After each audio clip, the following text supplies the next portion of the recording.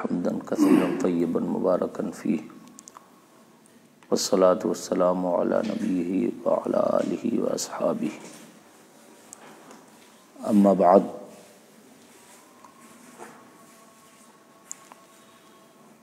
درس تصوف کی یہ محفل بحمدہ تعالی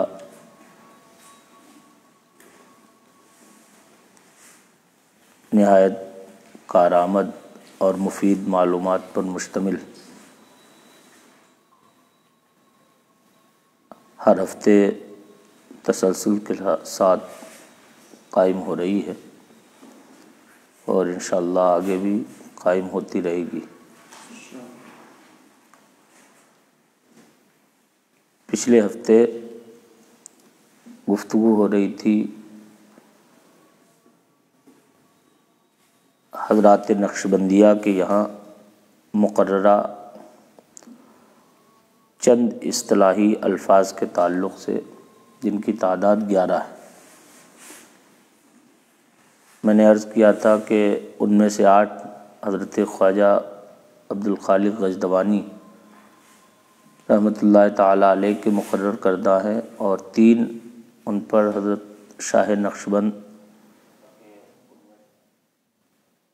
خواجہ خواجگاں خواجہ سید محمد بہاؤالدین نقشبند بخاری رحمۃ اللہ علیہ نے زیادہ فرمائے۔ ان الفاظ میں سے 6 کا ذکر پچھلے ہفتے تک ہو چکا ہے، اور 5 اور رہ گئے ہیں۔ ان میں سے انشاءاللہ بعض کا یا سب کا ذکر آج ہوگا۔ جن الفاظ کا ذکر ہو چکا ہے، ایک مرتبہ میں ان کا نام ذکر کر دوں تاکہ تسلسل برقرار رہے اور ذہن میں وہ پچھلا درس بھی تازہ ہو جائے۔ وقوف زمانی، وقوف عددی اور وقوف قلبی، یہ 3 وہ الفاظ ہیں جنہیں سرکار شاہ نقشبند رحمۃ اللہ علیہ نے زیادہ فرمایا، اور 3 الفاظ اور میں نے ذکر کیے تھے: سفر در وطن، خلوت در انجمن، ہوش در دم۔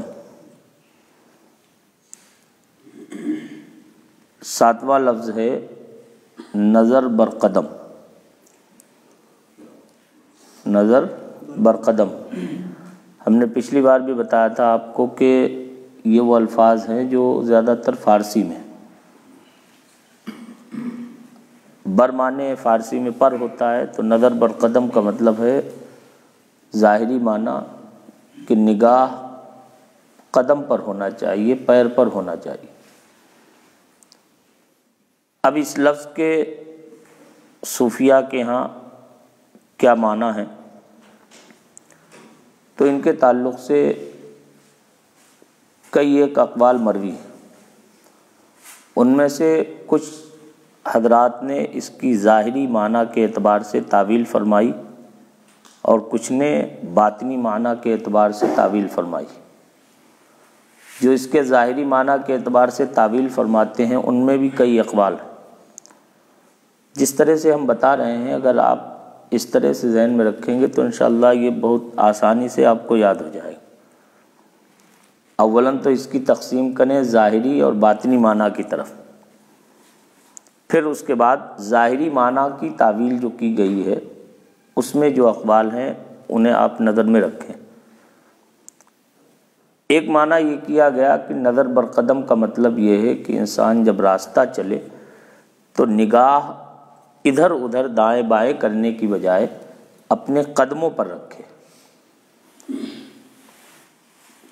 اس کا فائدہ کیا ہے اور وجہ کیا ہے، تو وہ فرماتے ہیں کہ جب چلنے میں نگاہ دائیں بائیں نہیں ہوگی، قدموں پر ہوگی، تو اس سے جو مظاہر قدرت ہیں،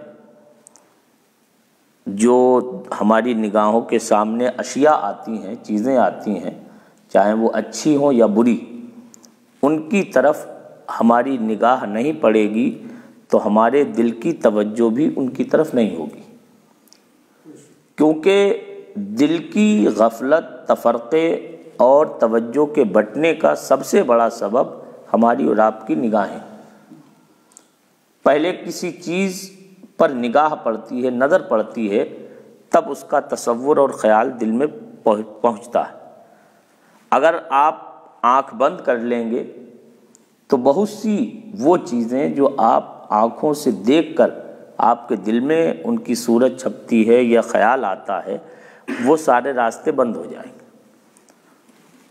تو صوفیاء کرام فرماتے ہیں کہ جب راستہ چلے تو نگاہ کو ادھر ادھر نہ بھٹکنے دے، تاکہ کسی بھی چیز پر، غیر اللہ پر اس کی نگاہ نہ پڑے جو اس کے دل کی ظلمت و غفلت اور تفرقے کا سبب بنتی۔ سمجھ گئے؟ ایک معنی تو یہ۔ دوسرا معنی وہ کہتے ہیں کہ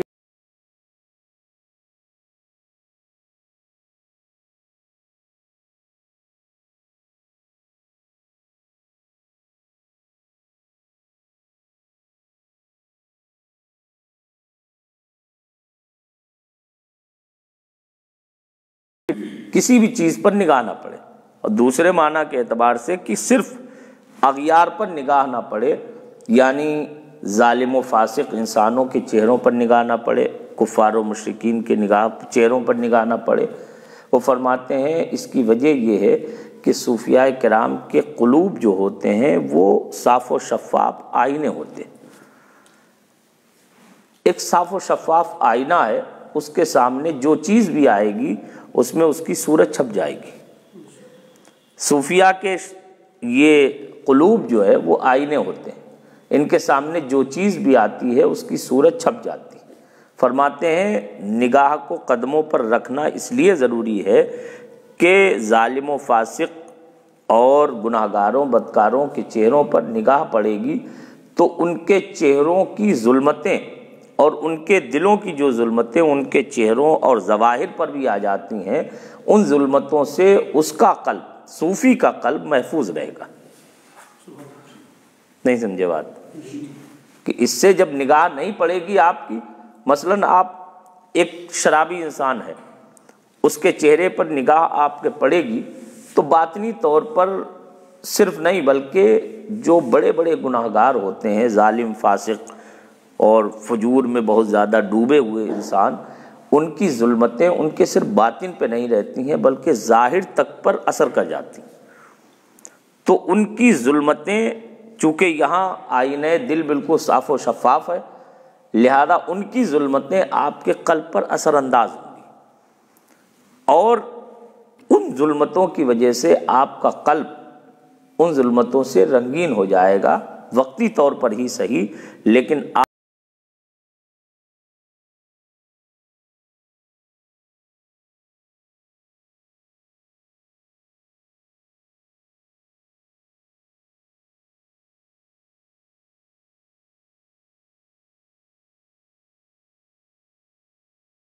تیسرا معنی، یہ ظاہری معنی کی بات چل رہی ہے، تیسرا معنی یہ وہ فرماتے ہیں کہ نظر بر قدم، چلنے میں نگاہ قدموں پر رہنا چاہیے۔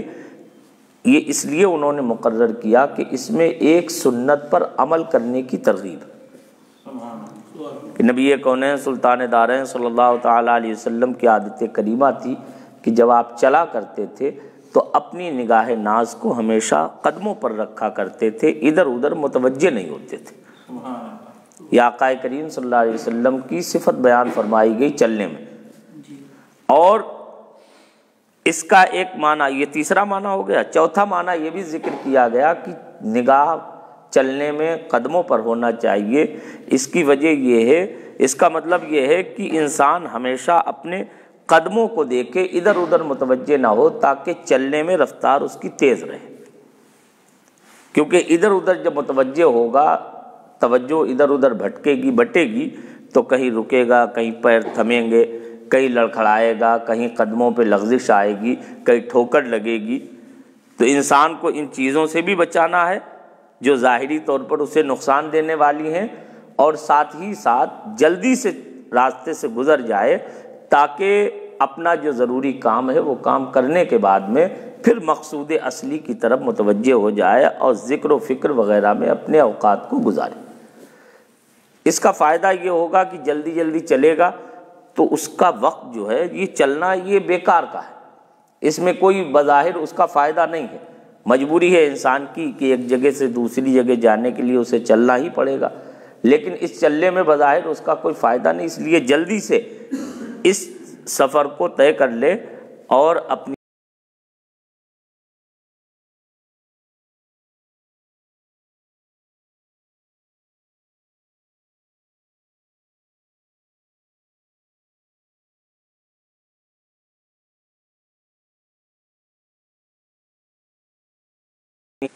پانچواں معنی جو باطنی ہے،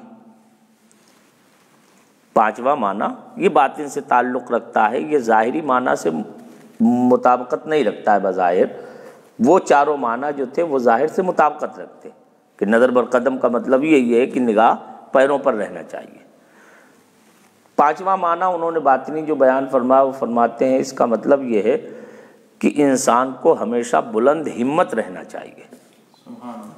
نظر بر قدم کا مطلب ہے انسان کو، صوفی کو، ذاکر کو، شاغل کو ہمیشہ بلند ہمت رہنا چاہیے، پست ہمتی نہیں دکھانا چاہیے۔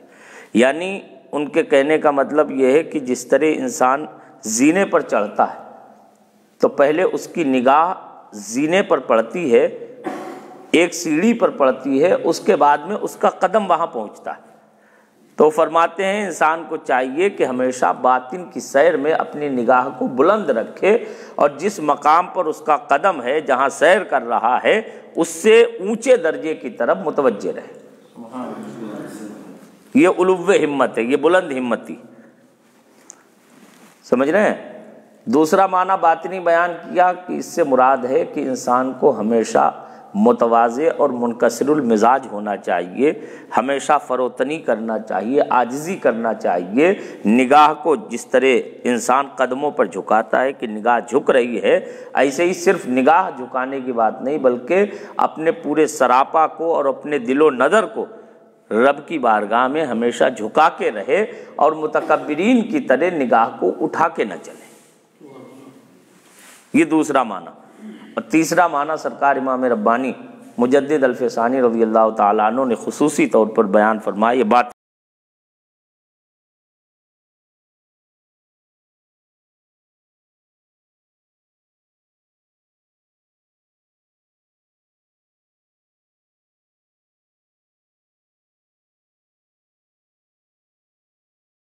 بلند رکھے۔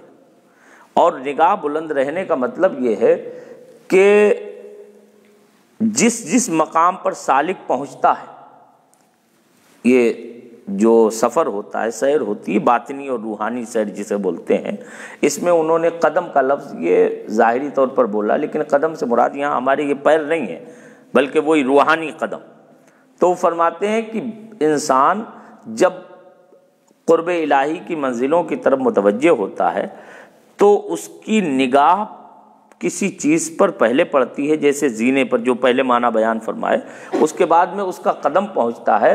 تو فرماتے ہیں کہ اس کا مطلب یہ ہے کہ سالک کو یہ چاہیے کہ ہمیشہ جس منزل تک وہ پہنچ سکتا ہے اس منزل سے آگے بھی اپنی نگاہ کو نافذ کرنے کی کوشش کرے۔ نہیں سمجھے آپ؟ تھوڑا سا پہلے معنی سے تھوڑا سا فرق ہے۔ اس میں کیا، اس میں صرف نگاہ کو بلند رکھنا، اور اس میں کیا ہے کہ وہ فرماتے ہیں کہ کسی مقام پر نگاہ پہلے پہنچتی ہے، اس کے بعد میں قدم پہنچتا ہے، یہ تو پہلے معنی ہے، لیکن اسی کے ساتھ ساتھ یہ ہے کہ انسان کو چاہیے کہ اپنی نگاہ ہمیشہ اوپر کے درجے کی طرف متوجہ رکھے۔ وہ فرماتے ہیں، اس کا خلاصہ آپ کو ہم سمجھا دیں تاکہ بات اور اچھی طرح سمجھ میں آ جائے۔ وہ فرماتے ہیں انسان کی ایک استعداد ہے، ایک صلاحیت ہے، جہاں تک انسان کے پہنچنے کی استعداد اور صلاحیت ہے وہ اس سے آگے نہیں پہنچ سکتا، وہ اس سے، یہ تمام صوفیہ کا اس بات پر اتفاق ہے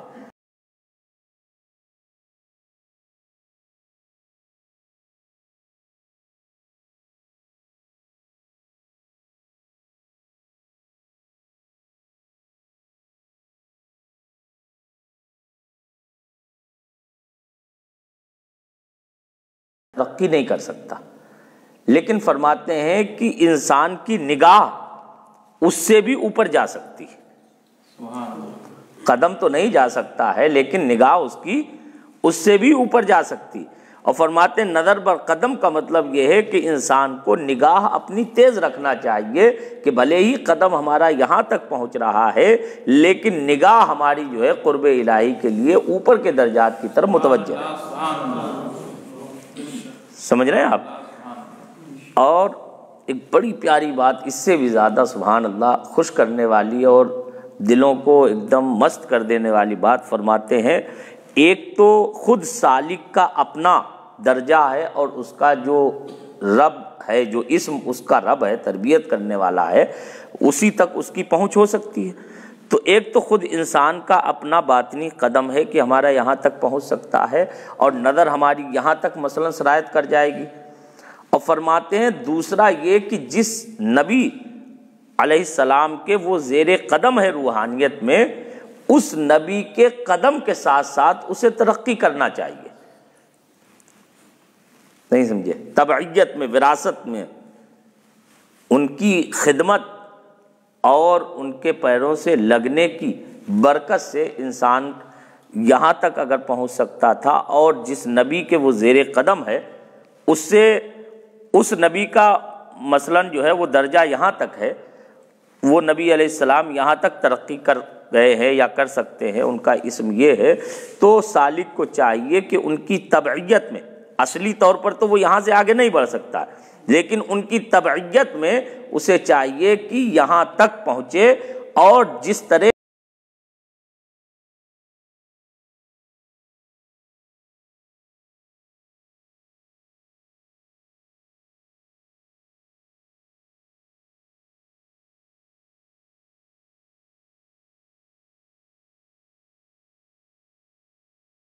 نبی علیہ السلام کے زیر قدم ہو کے جس طرح قدم کی ترقی کر رہا ہے، ایسے ہی نظر کو بھی تیز کر لے اور اس نبی علیہ السلام کی تبعیت میں نظر کو وہاں تک پہنچا دے۔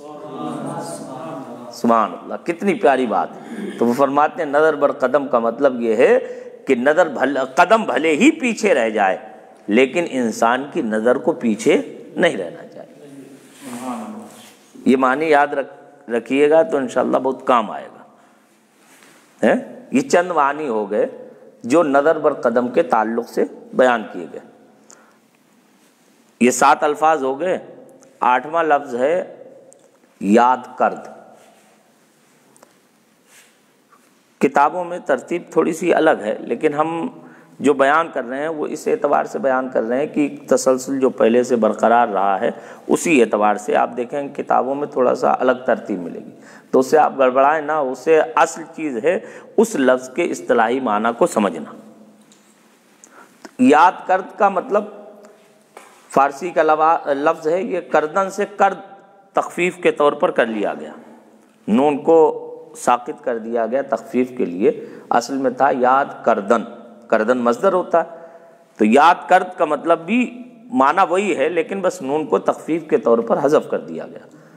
یاد کرد کا مطلب ہے لفظی معنی، ظاہری معنی تو یہی ہے کہ یاد رکھنا، یاد کرنا، یاد رکھنا نہیں بلکہ یاد کرنا۔ وہ فرماتے ہیں یاد کرنے کا کیا مطلب؟ تو صوفیاء کرام نے فرمایا کہ بندے کو چاہیے ذکر و مراقبے کے ساتھ ساتھ ایک سالک کو چاہیے کہ وہ روزانہ متعین تعداد میں ذکر نفی اس بات بھی کیا کرے۔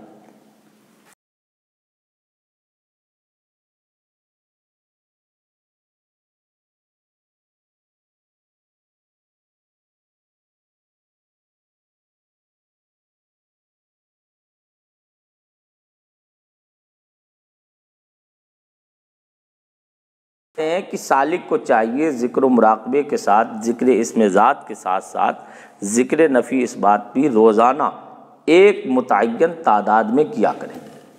حضرت شاہ غلام علی دہلوی رضی اللہ عنہ نے غالباً 500 مرتبہ 5000 مرتبہ اس کی تعداد مقرر فرمائی کہ روزانہ 5000 مرتبہ ذکر نفی اس بات کیا کرے۔ بعض حضرات نے کہا کہ کم از کم 500 مرتبہ کرے، اور بعض صوفیہ فرماتے ہیں کہ 1000 مرتبہ کرنا چاہیے۔ تو ہم سمجھتے ہیں دونوں قولوں کے مطابق جو ہے وہ خیر الامور اوسطھا 5000 مرتبہ اگر نہیں کر سکتا ہے آدمی، اتنا زیادہ محنت مشقت نہیں کر سکتا ہے، تو 500 مرتبہ پر بھی نہ آئے بلکہ 1000 مرتبہ خیر الامور اوسطھا کے تحت میں ذکر کرے۔ روزانہ 1000 مرتبہ لا الہ الا اللہ کا زبان سے ذکر کیا کرے، جسے ذکر نفی اس بات کہا جاتا ہے۔ سمجھ گئے؟ ایک معنی تو یہ۔ دوسرا معنی یہ ذکر کیا یاد کرد کا، وہ فرماتے ہیں کہ جب کبھی خدا نخواستہ بندے کے دل پر غفلت طاری ہو جائے تو اسے چاہیے کہ فوراً اپنے رب کے ذکر کی طرف متوجہ ہو جائے، لوٹ آئے، اور قرآن مقدس کی اس آیت کریمہ سے وہ استدلال کرتے ہیں کہ رب فرماتا ہے وَاذْكُرْ رَبَّكَ إِذَا نَسِيتَ، کہ جب تم سے نسیان سرزد ہو جائے، اللہ کے ذکر سے بھول ہو جائے، چوک ہو جائے، تو وَاذْكُرْ فوراً یاد کرو، اپنے رب کو فوراً یاد کرو کہ ذکر میں اس وقت غفلت نہیں برتنا چاہیے جب کبھی خدا نخواستہ غفلت طاری ہو جائے۔ یہ یاد کرد کا معنی ہے۔ تیسرا معنی ایک اور اس کا ذکر کیا گیا، وہ فرماتے ہیں یاد کرد کا مطلب یہ ہے کہ ذکر و مراقبے کے وقت بھی اللہ رب العزت کی بارگاہ کی طرف رجوع کرنا۔ ذکر و مراقبے کے وقت بھی اللہ رب العزت کی بارگاہ کی طرف رجوع کرنا، یعنی رب کی بارگاہ کی طرف گڑ گڑانا اور اپنی کوتاہی اور تقصیر کا ہر وقت میں خیال رکھنا کہ مولا میں تیرے ذکر کا حق ادا نہیں کر سکتا جیسا تیرے ذکر کرنے کا حق ہے، اگرچہ میں ذکر کرنے کی کوشش کر رہا ہوں لیکن تیری معاونت اور تیری مدد کے بغیر ہم سے ذکر بھی نہیں ہو سکتا ہے، تو ہی ہمیں توفیق بخشے گا تو ہم تیرے ذکر کی سعادت سے بہرور ہو سکتے ہیں۔ وہ فرماتے ہیں کہ ہمیشہ بندے کی زبان پر ہو لا اذکرک حق ذکرک، کہ ہم تیرے ذکر کا حق ادا نہیں کر سکتے ہیں، اور اسی لیے انہوں نے دعا تلقین فرمائی کہ ہمیشہ بندے کو یہ دعا مانگنا چاہیے سالک کو، اللہم اعنی علی ذکرک و شکرک و حسن عبادتک۔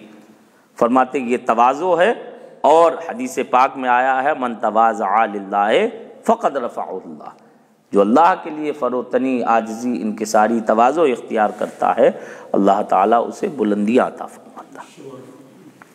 یہ یاد کر کے 3 معنی۔ نواں لفظ ہے باز گشت، باز گشت، یہ بھی گشتن سے گشت ہو گیا، گشتن مصدر ہے، باز گشت۔ باز گشت آپ نے پڑھا ہوگا، اردو میں بھی بولتے ہیں صدائے باز گشت۔ اس کا لفظی معنی تو یہ ہوتا ہے کسی چیز کی گونج، کسی چیز کا بار بار کہیں پر چکر لگانا، گونجنا، گھومنا۔ یہ صدائے باز گشت، تو اس کا مطلب آواز کا گھومنا، چکر۔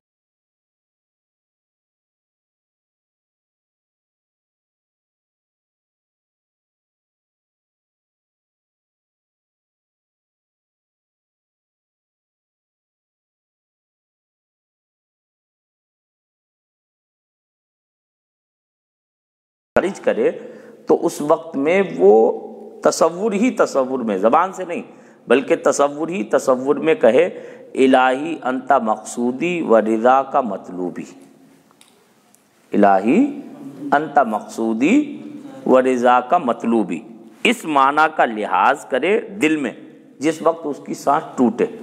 مثلا ہم سانس روک کے ذکر نفی اس بات کر رہے ہیں، لا الہ الا اللہ کی تکرار کر رہے ہیں، جو طریقہ ہم نے آپ کو بتایا تھا ذکر نفی اس بات کا، اس طرح سے سانپ ناف کے اوپر سے اٹھا کے جو ہے اور دائیں کاندھے پہ لا کے اور پھر بائیں کاندھے پر الا اللہ کی ضرب لگا رہا، لا کو اٹھایا دماغ تک لایا اور الہ کو دائیں کاندھے پر اور اللہ کی ضرب، اللہ کہتے ہوئے اللہ کی ضرب قلب پہ لگا رہا۔ یہ ذکر نفی اس بات کا طریقہ بتایا گیا، سلسلہ نقشبندیہ میں خاص طور پر یہی طریقہ ہے۔ تو وہ سانس روک کے فرماتے ہیں 21 مرتبہ تک انسان اگر کرے گا، اسے ایک سانس میں 21 مرتبہ تک کرنے لگے گا یا اس سے زیادہ، تو پھر اسے باطن میں ایک نور محسوس ہوگا اور دھیرے دھیرے اسے کشف ہونے لگے گا، اور باطن میں حرارت اور گرمی کی وجہ سے اس کے قلب کی چربی پگھل جائے گی، اور اس وقت ذکر اس میں اچھی طرح سے سرایت کر جائے گا۔ ذکر نفی اس بات کے اور بھی بہت فائدے ہیں، اور انشاءاللہ کبھی ہم ذکر کریں گے۔ بہرحال تو اس میں فرماتے ہیں جب ذکر نفی اس بات میں سانس توڑے تو اس وقت میں وہ اس معنی کی طرف اپنے آپ کو متوجہ کرے اور اس معنی کا تصور کرے، الہی انت مقصودی و رضا کا مطلوبی۔ اس کا مطلب یہ اردو میں کہ اللہ تو ہی میرا مقصود ہے اور تیری رضا ہی مجھے مطلوب ہے۔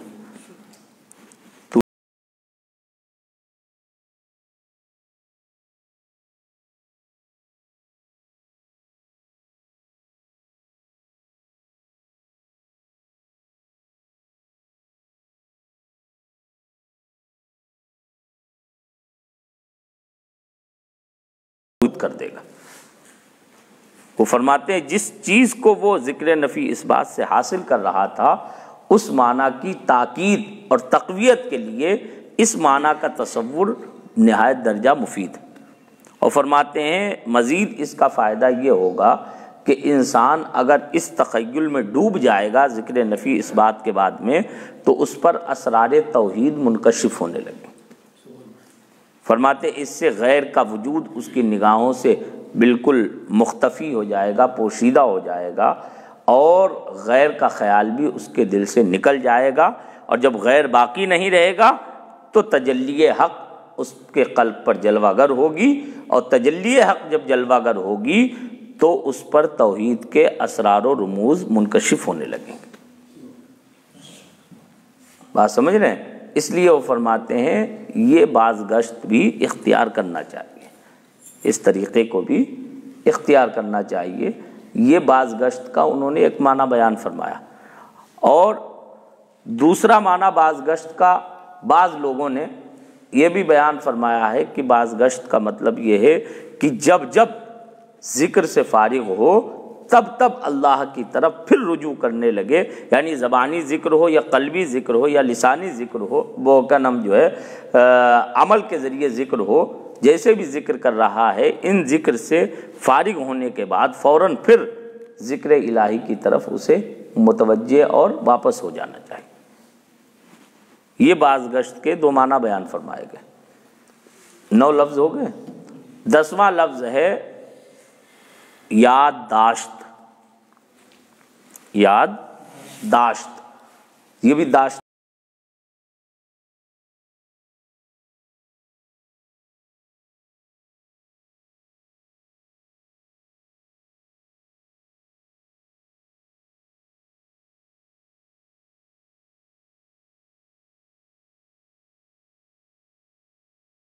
ذکر کے وقت میں انسان کو چاہیے اگر زبان سے خاص طور پر ذکر کر رہا ہے تو اپنے دل کی طرف بھی متوجہ رہے کہ کہیں ایسا تو نہیں ہمارا دل غیر اللہ کی طرف متوجہ ہو رہا۔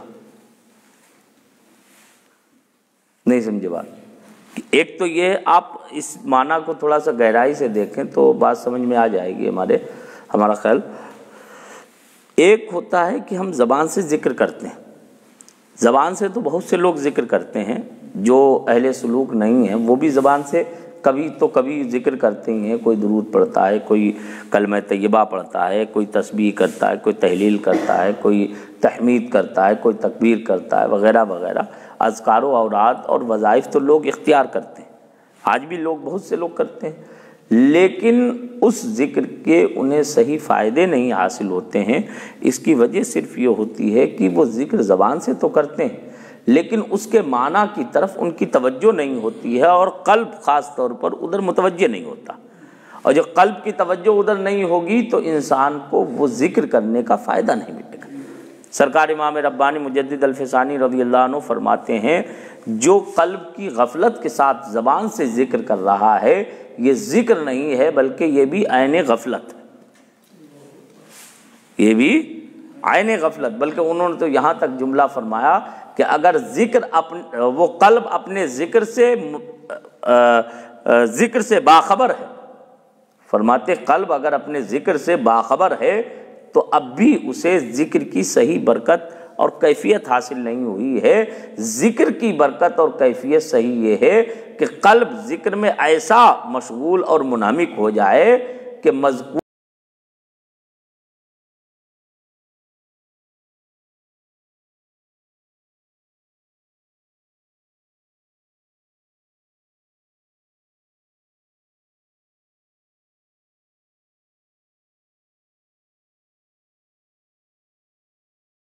کہ ہر وقت کہ ہمارا خدا ہمیں دیکھ رہا ہے اور ہمارا رب ہمارے ساتھ۔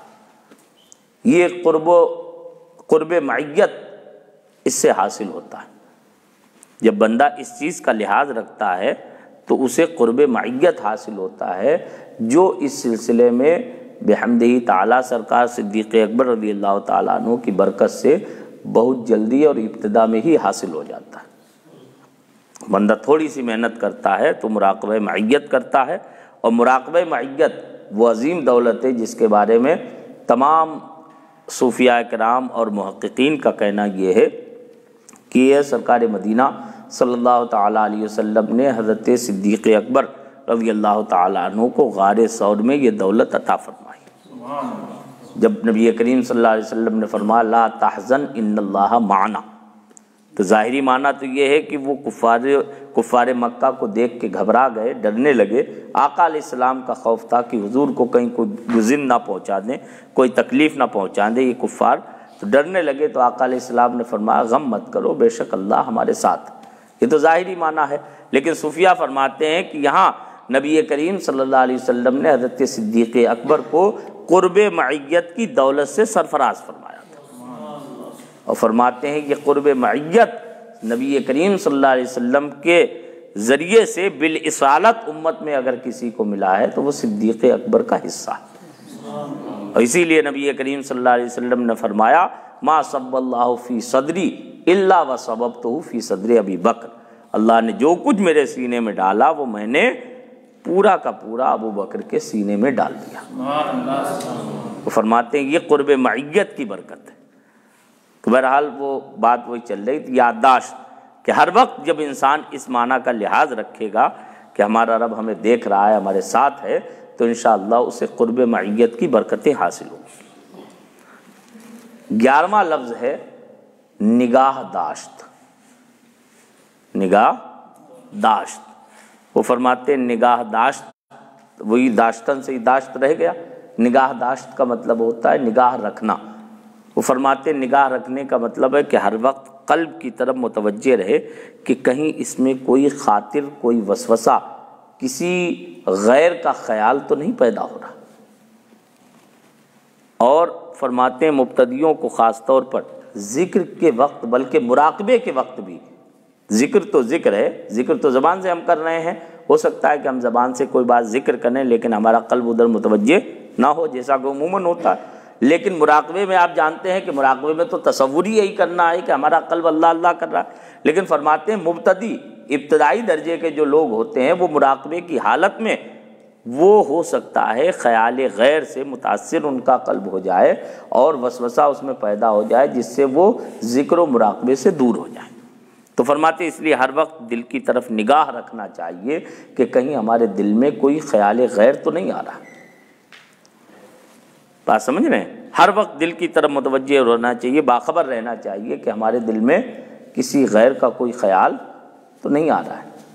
سرکار نقشبند رضی اللہ عنہ سے اس سلسلے میں بڑی پیاری بات منقول ہے۔ وہ فرماتے ہیں کہ انسان کو چاہیے کہ کوئی بھی وسوسہ اور خیال آتے ہی، جو ہی شروع ہو، کسی طرف دھیان آپ کا پلٹے، کسی کی طرف آپ کا قلب متوجہ ہو، تو اس وسوسے کی شروعات ہی میں اس وسوسے کو اپنے قلب سے دور کرنے کے لیے کوشش کریں۔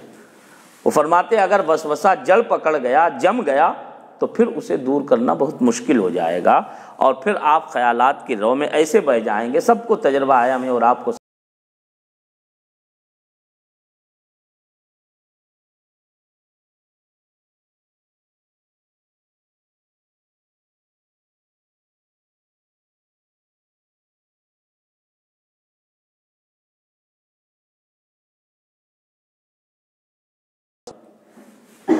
یہ عین غفلت ہے اس غفلت کو دور کرنے کے لیے ضروری ہے کہ ہم ہر وقت یاد الہی میں متوجہ بھی رہیں اور اپنے قلب کی طرف نگراں رہیں کہ ہمارے قلب میں کوئی غیر کا خیال تو نہیں آ رہا۔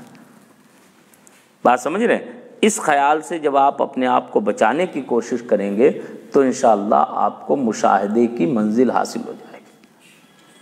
حضرت ابو بکر قطانی رحمۃ اللہ علیہ کا قول حضور بحر العرفان علیہ رحمت و رضوان نے خصائص نقشبندیہ میں بڑا پیارا قول ذکر فرمایا۔ وہ فرماتے ہیں کہ حضرت ابو بکر قطانی رحمۃ اللہ علیہ فرماتے ہیں کہ میں نے 40 سال تک اپنے دل کی دربانی کی، اپنے دل کے دروازے پر میں نگراں رہا، یعنی خیالات سے اسے روکتا رہا اور خیالات کو اس سے دور کرتا رہا 40 سال تک۔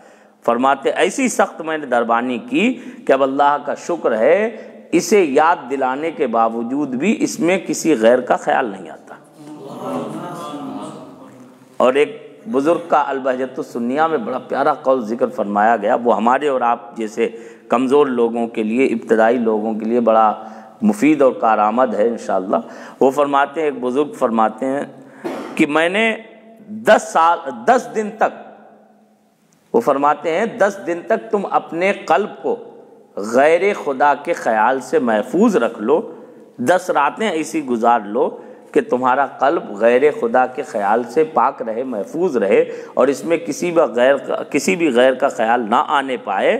اگر تم نے یہ 10 راتیں کر لیا تو تمہارا قلب تمہیں 10 سال کے لیے غیر خدا کے خیال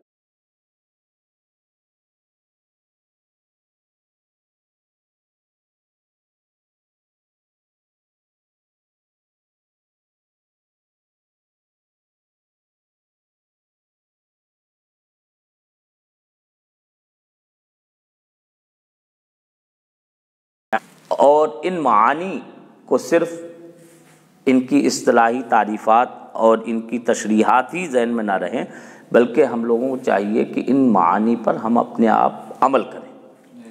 جب ان معانی پر ہم عمل کریں گے، ان کی باریکیوں پر، آپ ایک ایک چیز کو روزانہ، ہم نے پہلے بھی عرض کیا تھا کہ روزانہ ہم چاہیں تو ایک ایک چیز کو منتخب کر لیں، مارک کر دیں، نشان لگا دیں اس پر کہ ہمیں آج اس چیز پر عمل کرنا ہے۔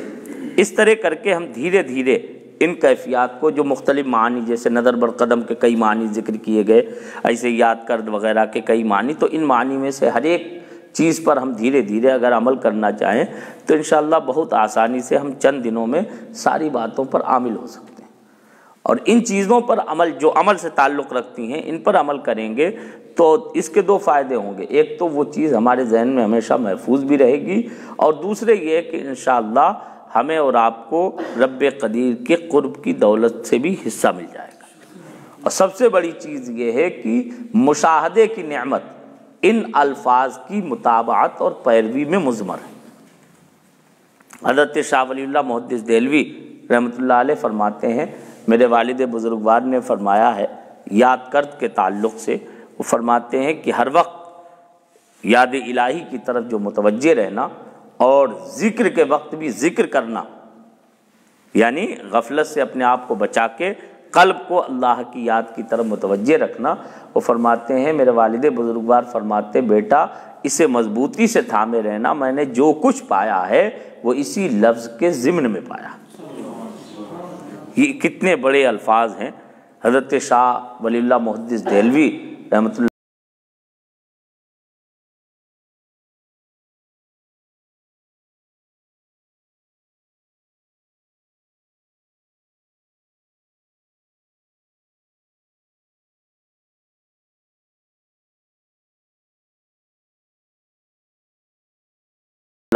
اور دوسروں تک اسے زبانی طور پر ہم پہنچائیں اور خود عمل کریں، تاکہ یہ اچھی طرح سے ہمارے ذہن و دماغ میں نقش ہو جائے۔ یہ وہ 11 الفاظ کہلاتے ہیں جو اصول نقشبندیہ بھی کہے جا سکتے ہیں، آداب نقشبندیہ ہیں، اور یہ صرف سلسلے نقشبندیہ کے ساتھ خاص نہیں ہیں، اگرچہ ان حضرات نے نکالے ہیں، لیکن آپ خود محسوس کرتے ہوں گے کہ جو ہم نے تشریحات ذکر کی ہیں، یہ ہر سلسلے کے سالک کو چاہیے کہ ان پر عمل کرے، کیونکہ یہ وہ فوائد ہیں، وہ منافع ہیں جو ہر انسان کو درکار ہے۔ مقصود سب کا یہی ہے کہ ہمیں قرب الہی مل جائے، روحانیت کی دولت مل جائے، لہذا وہ کسی بھی ذریعے سے ملے انسان کو حاصل کرنے میں کوتاہی نہیں کرنا چاہیے، چونکہ یہ طریقے وہ ہیں جو بہت آسان ہیں۔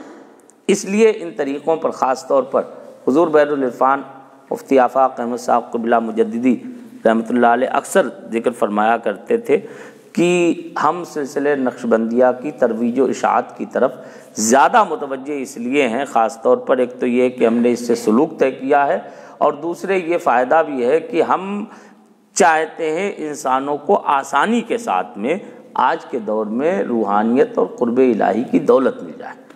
اور فرماتے ہیں سب سے آسان، یہ تو خود سرکار نقشبند رضی اللہ عنہ کا واقعہ ہے جو آپ نے سنا ہوگا کئی مرتبہ، کہ اللہ رب العزت کی طرف سے آپ کو جب یہ طریقہ الہام ہوا اور کئی مرتبہ آپ کی گزارشات اور التجائے کرنے کے بعد میں آپ نے رب کی بارگاہ میں جو دعائیں کی، اللہ کی طرف سے الہام ہوتا تھا بہاؤالدین ہماری راہ کی طرف لوگوں کو بلاؤ۔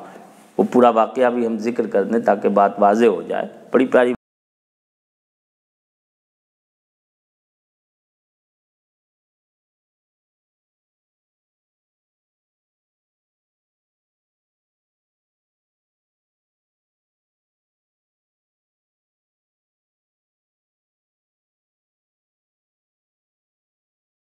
جو ہے وہ بہانہ کرتا، عرض کرتا مولا میرے اندر یہ طاقت و قوت نہیں ہے۔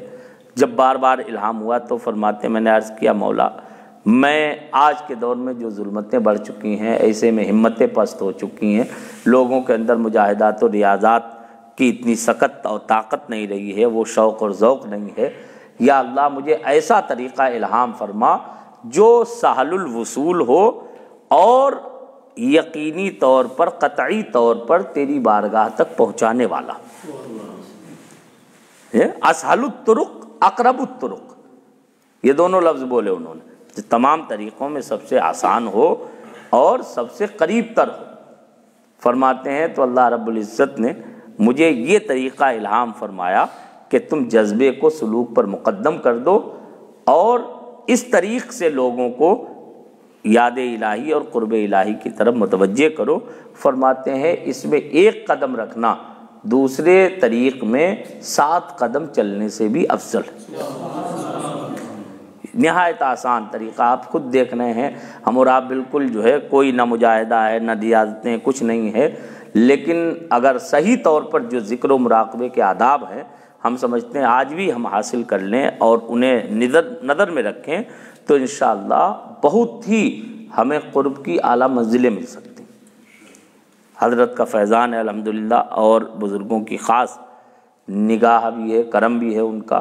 تھوڑی سی توجہ ہماری اور آپ کی طرف سے اگر ہو جائے اور صرف ہم 2 چیزیں لازم کر لیں جو اس سلسلے کی جان ہے، ایک متابعت سنت اور دوسرے محبت شیخ۔ جتنی زیادہ عقیدت و محبت اپنے شیخ سے ہوگی اور سنت نبویہ علی صاحب الصلاۃ والتسلیم کی جس قدر پیروی ہوگی انشاءاللہ اتنی ہی زیادہ جلدی ہمیں اور آپ کو بارگاہ الہی تک وصول حاصل ہو جائے گا۔ آپ ان چیزوں کو نظر میں رکھیں۔